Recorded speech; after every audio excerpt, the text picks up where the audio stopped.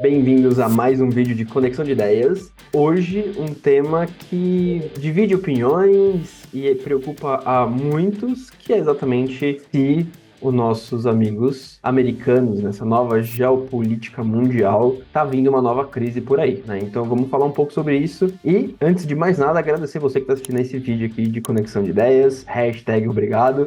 E não esquecendo que a gente tem ali um cupom de agradecimento para vocês, FORMOSH10. Lá no site da FORMOSH tem todos os dados aqui na descrição do vídeo para você aproveitar lá esse cupom de 10% de desconto em qualquer um dos itens. Se você não encontrar o que você precisa lá, pode entrar em contato que vamos providenciar a sua ajuda, o seu item personalizado de impressão, suporte, o que você precisar para esse mundo maker.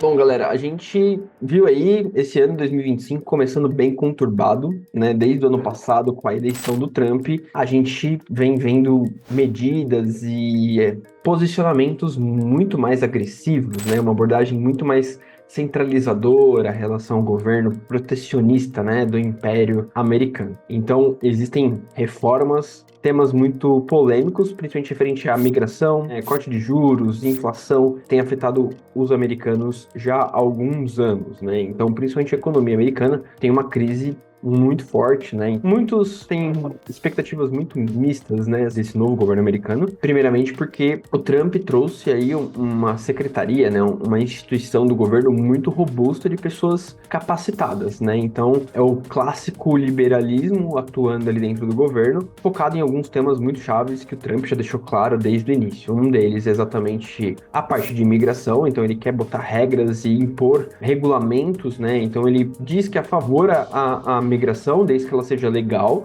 desde que ela seja, né, documentada e solicitada pelos meios legais americanos. E aí tem toda a parte de burocratização que o pessoal reclama e acompanha há muito tempo. Então ele tá brigando muito com a migração ilegal, que é um problema bem grande, principalmente da fronteira do México, e aí trazendo à tona bastante o problema da fronteira com o Canadá também, que é pelo governo americano, não tem uma restrição, né, um acompanhamento das migrações muito rígido, né? Isso trazendo problemas para os Estados Unidos, não só com imigração ilegal, ou como as pessoas usam a porta do Canadá para poder entrar nos Estados Unidos de forma mais fácil, mas também problemas de drogas e outros problemas ali de criminalidade entrando e se aproveitando da fronteira fraca entre Canadá e Estados Unidos. Mas um ponto que vem assolando a vida dos americanos há um bom tempo é a dívida americana, né? Então, a dívida pública americana, ela tem crescido, né, desde a época da pandemia. Então, a política, né, do governo é exatamente controlar esses déficits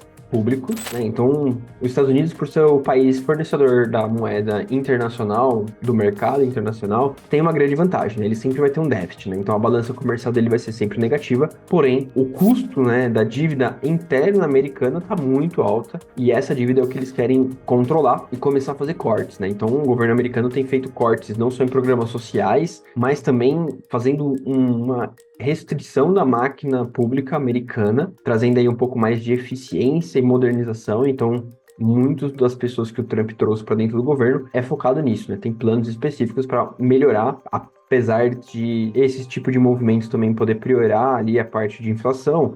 A meta americana é conseguir manter a inflação abaixo de 2%, que é já um valor bem alto para os Estados Unidos, que tinha uma tendência de 0,75% de inflação ao longo dos anos, né? Então, é um ponto importante. E aí, essa briga da inflação americana é muito trazida à tona por causa da briga comercial que os Estados Unidos têm feito, né? Então, a briga comercial fazendo com que os Estados Unidos eleve as taxas de importação para diversos países, tentando proteger o mercado interno, não só de emprego, mas a indústria interna americana, traz um pouco esse cenário geopolítico novo, né? Onde a globalização está sendo a desglobalização, né? Então, muitas brigas com a China, com os países da Europa, África, e aí muito devido à crise dos semicondutores, crises entre os próprios governos dos países e desse posicionamento muito mais forte do Trump, tem trazido a discussão dos Estados Unidos trazer de volta para casa muitas das indústrias bases que hoje principalmente estavam na China ou no Oriente, nos países orientais, né, como um todo. Então, E isso faz com que a gente também tenha uma pressão econômica para a elevação da dívida, né? Então, os produtos se tornam mais caros porque eles estão sendo internalizados ou tendo taxas de importação elevadas, e isso faz com que o americano, a classe média americana, pague por isso, né? Então, os americanos nos últimos 2, 3 anos não tinham visto uma inflação tão grande, tão desacostumados com um aumento de preços consecutivos dentro de diversos segmentos, né? Então, é uma briga que tem envolvido também o Brasil, principalmente referente à parte de minérios de ferro, cobre, etc. Mas é uma briga comercial que os Estados Unidos têm feito com todo mundo. E aí, o problema, né, da inflação permanece constantemente, né, e se torna um problema mais forte para o Banco Central americano, para o Fed, resolver isso com aumento de juros que prejudica todas as bolsas de todos os outros países se os juros interno americano está bem alto. E, como eu disse, isso abre uma nova base ali de discussão com a nova geopolítica e novo posicionamento americano ali ao longo desses últimos meses que a gente tem visto, é que a postura americana referente a diversos temas internacionais tem trazido diversas polêmicas, né? Uma delas aí é exatamente a OTAN. Então, hoje, os Estados Unidos pressiona ali os aliados para reduzir os gastos. Ele quer reduzir os gastos americanos com a OTAN e isso pressiona os países europeus a pôr mais dinheiro na mesa, principalmente num momento tão crítico, onde a gente tem uma negociação ali entre Ucrânia e Rússia de uma possível finalização da guerra, né? Então, a guerra da Ucrânia é muito importante. A gente teve recentemente episódios ali de discussões entre o Trump e o Zelensky, muito pela postura de que o Zelensky não queria aceitar o acordo de mineração, né, com os Estados Unidos, principalmente para minerais que vão beneficiar a indústria de carros elétricos, baterias, etc. Então, é um contexto muito estranho ali, os Estados Unidos montando esse cenário geopolítico, principalmente quando a gente fala que Elon Musk é um dos seus principais secretários. Então, a gente também tem um enfraquecimento da OTAN com a saída dos Estados Unidos, ou a diminuição do investimento dos Estados Unidos no auxílio da segurança europeia. E aí a gente tem também uma pressão do Trump para se resolver, né, o problema da Ucrânia, e aí envolvendo já a proximidade que o Trump tem com o Putin, e também o Zelensky ali não aceitando muito esses acordos que não envolvam a Europa. Porém, a gente também está vendo que a Europa não tem também todo o poder financeiro para subsidiar a guerra da Ucrânia como os Estados Unidos estavam ajudando, né? Então é uma mudança muito grande entre a saída do Biden e a entrada do Trump sobre o financiamento da guerra. E a Ucrânia sentiu isso e houve até alguns contratempos ali dentro de alguns posicionamentos que o Zelensky tinha feito, e parece que a gente está chegando num acordo em que realmente eles vão liberar a mineração americana ucraniana para ajudar o que os Estados Unidos mantenha o financiamento da guerra na proteção da Ucrânia. E a gente também tem uma proximidade maior ali entre Rússia e Estados Unidos, voltando a ter alguma conversa, que isso pode mudar, né? Então, todo aquele cenário ali do Oriente muito conturbado, e ali muita pressão do que os americanos podem ou não fazer. E a gente também tem um papel de muita polêmica com a China também, né? Trazendo essa discussão da guerra comercial China e Estados Unidos. Mas os Estados Unidos podem se beneficiar ali desses novos acordos, principalmente com Rússia voltando para o papel econômico mundial, principalmente com o que a gente perdeu ali de economia dentro desses últimos anos de sanções que foram feitas ali dentro desse processo. A gente tem visto muito estão falando que a nova Guerra Fria, né? Então a ascensão de dois blocos muito fortes. Um deles é China e Rússia, liderados ali por outros países, principalmente países emergentes, e aí a gente já vem com o Trump e todo esse posicionamento muito mais duro com todo mundo, principalmente com essa parte econômica, fazendo com que os países tenham que escolher alguns lados, e isso é muito ruim no cenário global como um todo. A gente voltar a ter uma guerra fria, né, uma pressão de dois polos, onde a gente tem a China, a Rússia de um lado, Estados Unidos e, em teoria, a União Europeia do outro.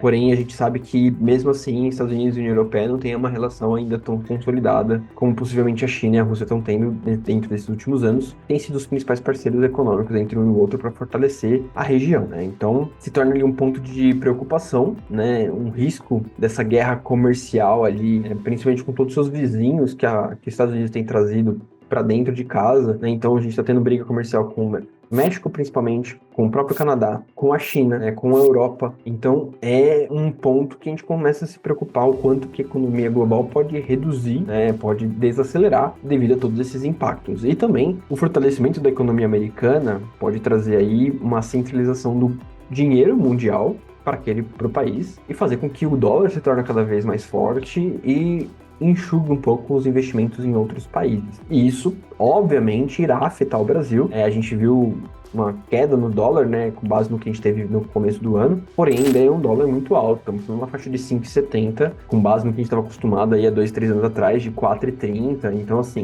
é uma evolução muito grande, visando que os próximos anos a tendência do dólar é se fortalecer e do nosso lado, o nosso governo não tem uma tendência de fortalecimento do real. Então, gera-se uma crise, vamos dizer assim, preocupante, onde a gente tem que ficar muito atento. E existem todos esses receios e medos de conflitos entre Estados Unidos e China, por causa de Hong Kong, a gente ter ali conflitos no Mar da Índia, principalmente, os Estados Unidos talvez reposicionando o seu poder geopolítico como um todo e suas parcerias comerciais, obviamente influenciam muito isso. Podemos ter mudanças nos cenários econômicos mundiais e, obviamente, isso afeta a estabilidade global que a gente tem, né? Então, um grande ponto que ninguém comentava, né? Você não se dizia tanto, mas a globalização era uma ferramenta, sim, de controle da paz mundial, pois todos os países tinham uma certa interdependência, e isso faz com que a gente tenha uma certa política, né, uma certa diplomacia entre os países, gerando um senso comum um pouco mais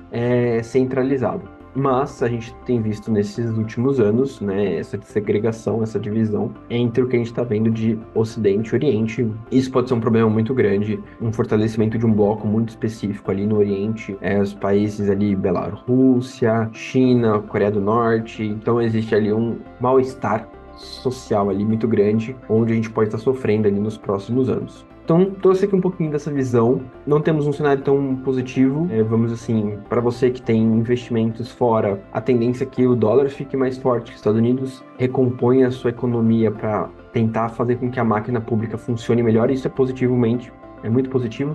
Quando a gente fala de investimentos nos Estados Unidos, com certeza. Então, é uma economia que a gente nunca pode arriscar, apesar de todo esse entreponto de inflação e todos esses problemas que a gente está tendo economicamente interno nos Estados Unidos. A economia vem vindo muito forte, teve os menores taxas de desemprego dos últimos anos, e isso está sendo, obviamente, mudado ali devido às políticas de reposicionamento, né? Enxugar a máquina pública gera um pouco de desemprego, mas os Estados Unidos é muito eficiente em realocação das pessoas, né? Então o turnover é muito rápido, e isso ajuda a economia a se reposicionar. Então isso tem sido uma batalha para os Estados Unidos para poder brigar ali com a inflação, mas é um cenário positivo no sentido de que a economia americana ainda é muito forte, muito pujante dentro desse cenário. Olhando para o cenário macroeconômico, a gente tem esses conflitos e esse posicionamento muito mais duro do Trump, mas a gente consegue prever ali, sempre tem uma contrapartida que o Trump quer e é a favor do benefício dos Estados Unidos. Então, nesse sentido, ele é um jeito de política que ele tem hoje, sempre teve, vamos dizer assim, no mercado, e ele está trazendo isso para dentro da política entre países. Então ele é uma pessoa que bate muito forte para ter uma primeira impressão chocante, mas num consenso ali ele vai trazer que ele venceu